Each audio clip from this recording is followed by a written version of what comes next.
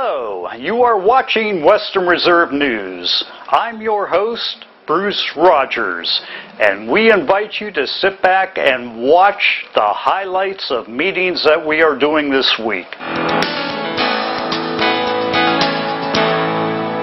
This week, Western Reserve News on Tuesday was at Lordstown Village Council meeting, followed by Western Reserve Board of Education. On Wednesday, Western Reserve News was at the Canfield City Council meeting, followed by the Ellsworth Township Trustee meeting. One Canfield resident wants to know what can be done about a house on Kirk Street.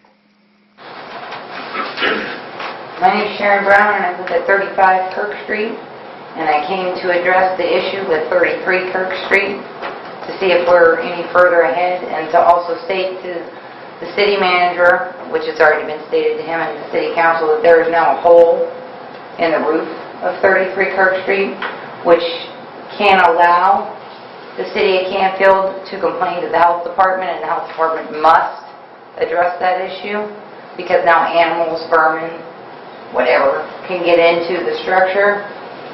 I just wanted to see where we were at on that. Mark spoke to me earlier and said that they are trying to get the title work to that home.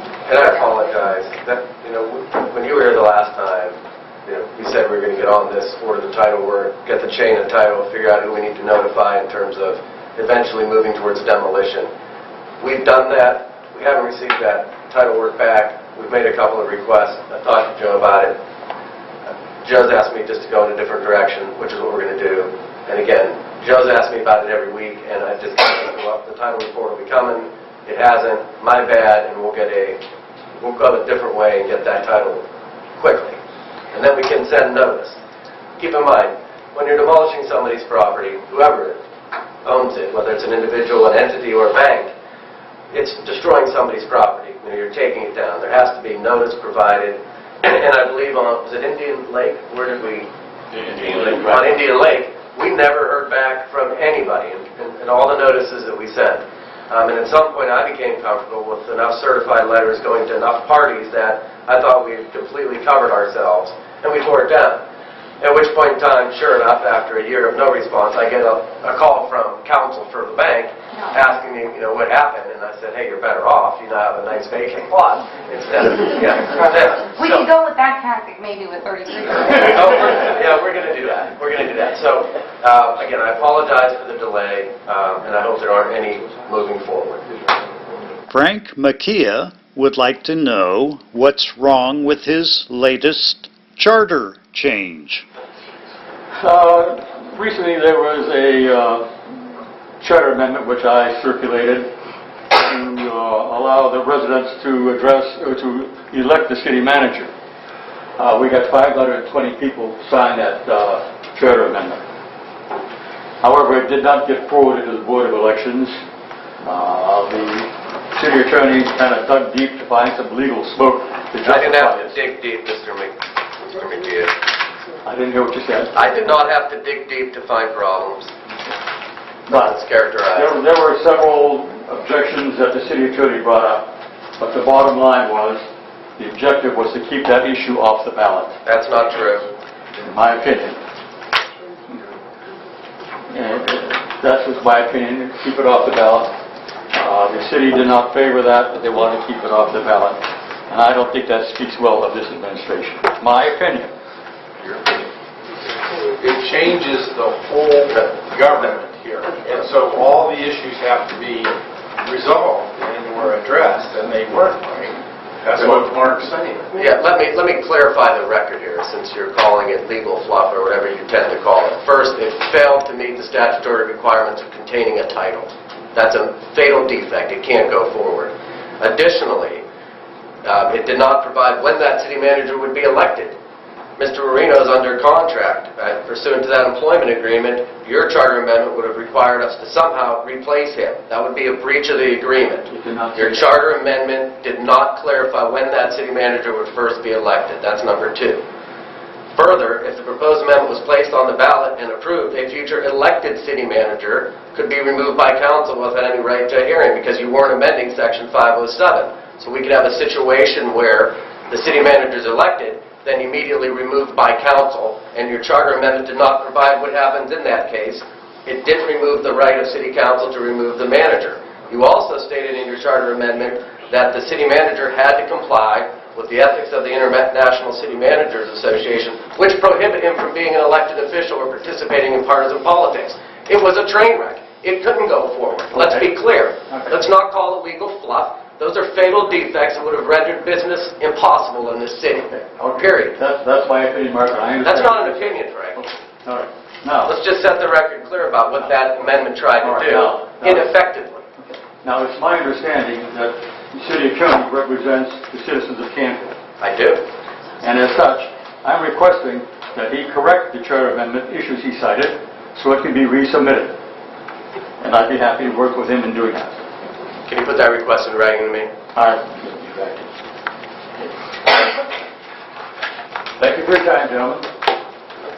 Canfield has a new fire station in the works. Mr. Morgan? I'd like to give a report on the fire district. We are continuing to go along with our plans to build the third fire station.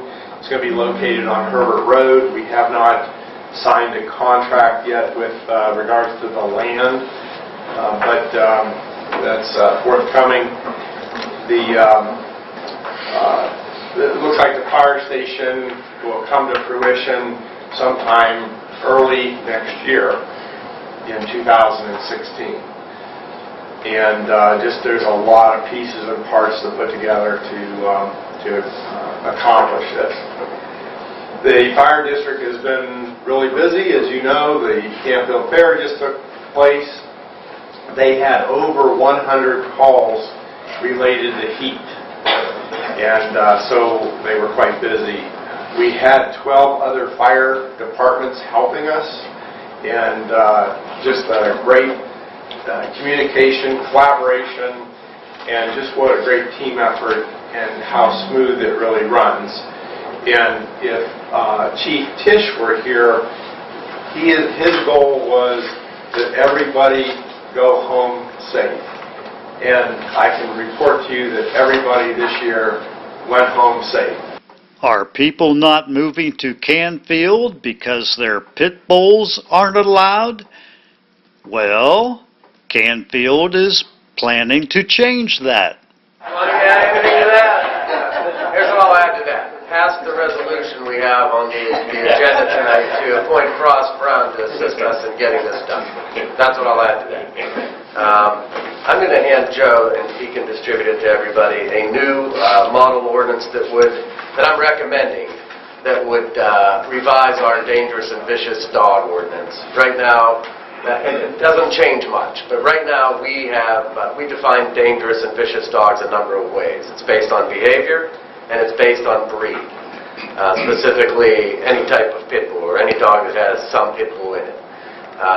We've had people over the years call me. I know they've called the chief and the city manager about moving into the city, but they have a pit bull. And we've had to tell them, you just can't move into the city with a pit bull. With the new ordinance, with the state of Ohio, House Bill 14, a couple of years ago, revised the Ohio Revised Code to say we're getting away from breed-specific definitions.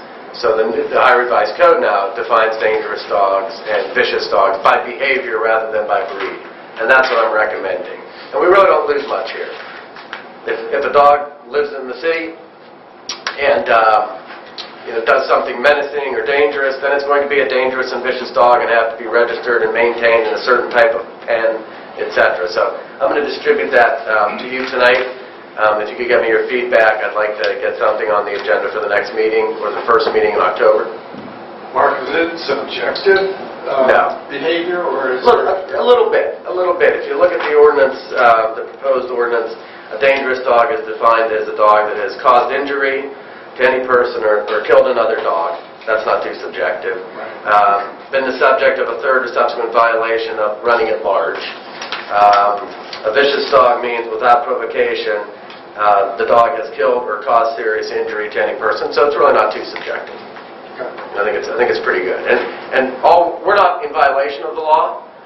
Our ordinance is just different than the state code right now, and I think it's best that we get in line with the state code. Yes, sir. Is the state going to make recommendations to insurance providers to modify their definition? Because currently, my homeowner's policy still uses the definition of any dog that belongs to a breed that is commonly known as a pit bull. Yeah, I don't know the answer to that. That's a quote from my homeowner. I don't know if the state's going to do that. So you'll have that for your consideration. At Ellsworth Township, the trustees are hoping to have an agreement with Lordstown to hold their next winter's salt supply. Well, some of it may be covered in here too, but you know, the purchase of salt has been something that's going around for a couple of years here. We all have been talking to the county engineers about this and the availability of it, and if you have it, you're going to use it. Last year, a lot of people didn't buy it $130 a ton. We paid $108. This year, it's going to be available at $58 and I think 85 cents a ton. And then there was some handling as far as the transferring of it. That's always been the question with us, is we have a contracted person that spreads the salt. So all I think that we need to do is, what the county engineer said, he was going to have a request form for us to get that salt that way. But he said, no, I'm not even going to do that. If you need it, then we'll work a way about getting it. Matt's been involved with our shared service with Lordstown. Guys, what I may be thinking about, get some input for you guys about storing it up in Lordstown and then us getting it whenever we need it, then we don't have to complicate this matter. It may cost us a little more transferring it, you know, somebody hauling it for us, but I think pulling the trigger at less than $60 a ton is probably prudent to do right now. I agree. So I hear Fred talking about, he went through it last year and knows how difficult this was. So Matt, if you can let us know, if Lordstown's ready to do that, then maybe we can just purchase that salt at the next meeting. Sure. What was we talking about, 50 tons?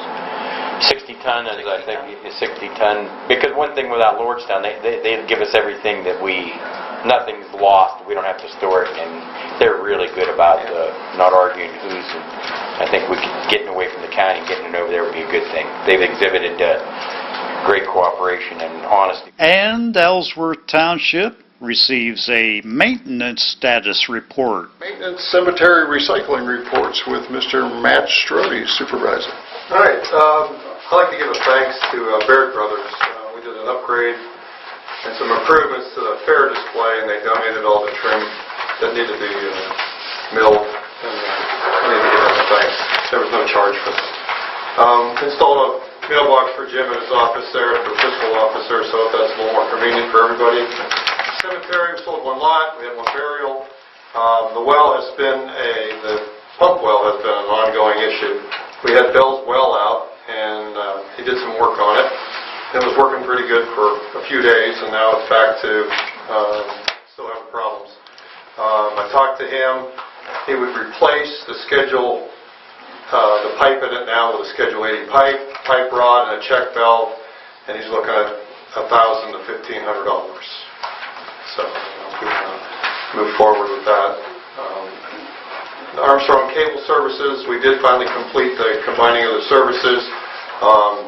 The approximate savings is going to be $72 a month, and you should start to see that on that bill. I know that you just received the bill, and they were just, it was at the end of the month, they were both combined. Right, there was a proration and an install fee, so the proration was correct. Yeah, so we should see a difference on that.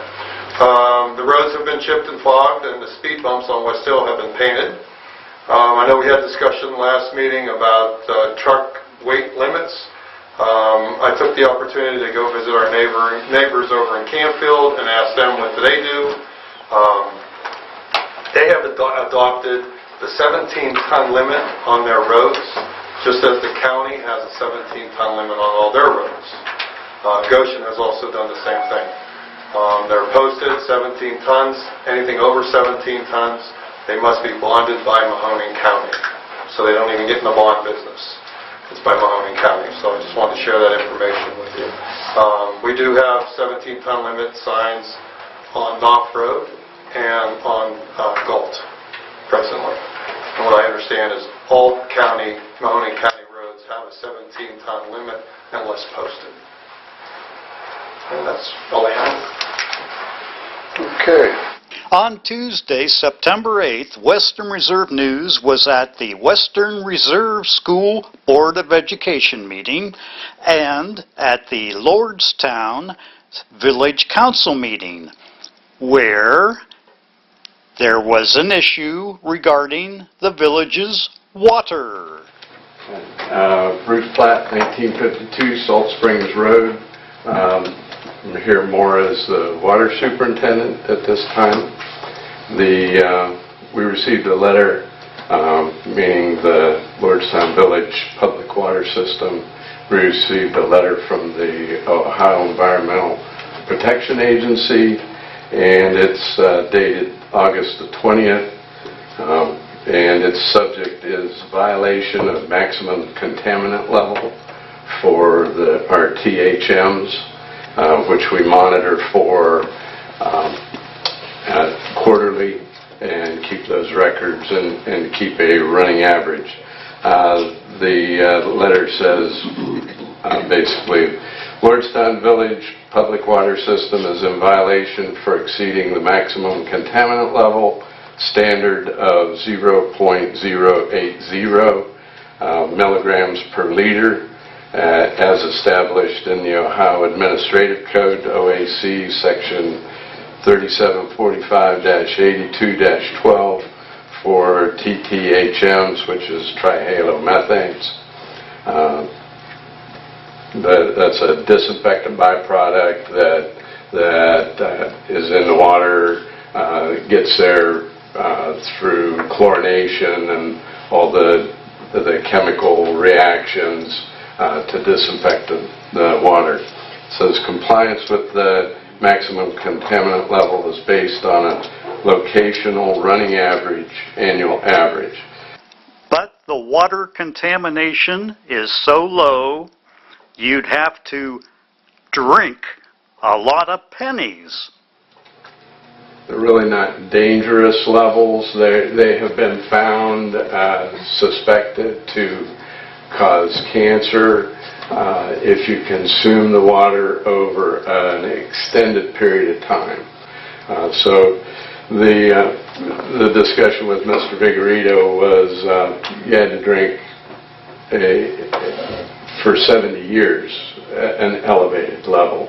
And this, they're talking, when they say 0.80 or 0.080 milligrams per liter. That's actually parts per billion. So they're talking about 80 pennies out of a billion pennies. So it's a microscopic amount. And so we had 9 pennies too many out of a billion. So in our samplings, so. The mayor of Lordstown gave his updates report. Mayor's report, I did get a call from Eastern Gateway Community College, a gentleman who Mr. Mansell and I have met with, and he said he will be bringing somebody up that is still a good potential that may become a welding lab for Eastern Gateway Community Colleges. There's been dialogue with Lincoln Electric, and we're hopeful that if this goes through and we can get an agreement, eventually they would expand and take the whole building. That's our hopes. Whether that happens, can't say for sure. A week ago there was a fundraiser held at Ross Foods. It was for the Ladies Auxiliary. The meat was donated. It was a fire chief's daughters who raised the hogs. The meat was cut over at Charlene Farms, and it was donated by Clean Energy Futures, Mr. Seidowitz, and we were able to raise $1,225 for the Ladies Auxiliary. So that's a pretty good meal. Mr. Blank and I met with representative from the treasurer's office, and we were also at Chamber of Salute to Business the other day, and they had a presentation of Ohio Checkbook, and that's where a lot of different governmental entities are putting their budgets online. And it was a very good presentation. Everybody who was there were pretty well impressed with it, and we will be having our village budget put online probably all the years, starting when starting from when we were last audited, so I can't remember. Is that last year and this year, Bill? I believe that was 12 and 13. 12 and 13. So we'll be having those put online. It will take a while to get the paperwork taken care of, but we will be having our budget through Ohio Checkbook, through the Treasurer's Office. A lot of other communities are doing that for the sake of transparency, and we feel that would be quite beneficial for all. I do have an appointment this evening for the auxiliary police. I'd like council to confirm, and I'll also be asking for an executive session, contract negotiations for water for the energy plant. That's it for the mayor's report. Western Reserve added drones to their existing athletic policy. It is recommended that the revision of the interscholastic athletics policy be approved. This is the revision to the athletic part with the drones. This is not your father's world anymore, and being proactive, somebody decides they want to fly a drone over the field during a football game or a baseball game or track meet. I saw earlier, I mentioned to some of you that CNN had a piece on that one crashed into the stands at the U.S. Open that somebody was flying. They've had them at various college football games already. They're flying around. So a lot of the OHSAA has come out and said that it's up to individual schools. They're not going to make a policy on that. So to be proactive, we'll put this revision, which basically, because we have it's part of our athletic policy, we can do that with one reading, and then just as a general policy for drones on school property, we have things like field day. Somebody wants to watch the kids with field day, or who knows, whatever we have that's outside, band practice, whatever.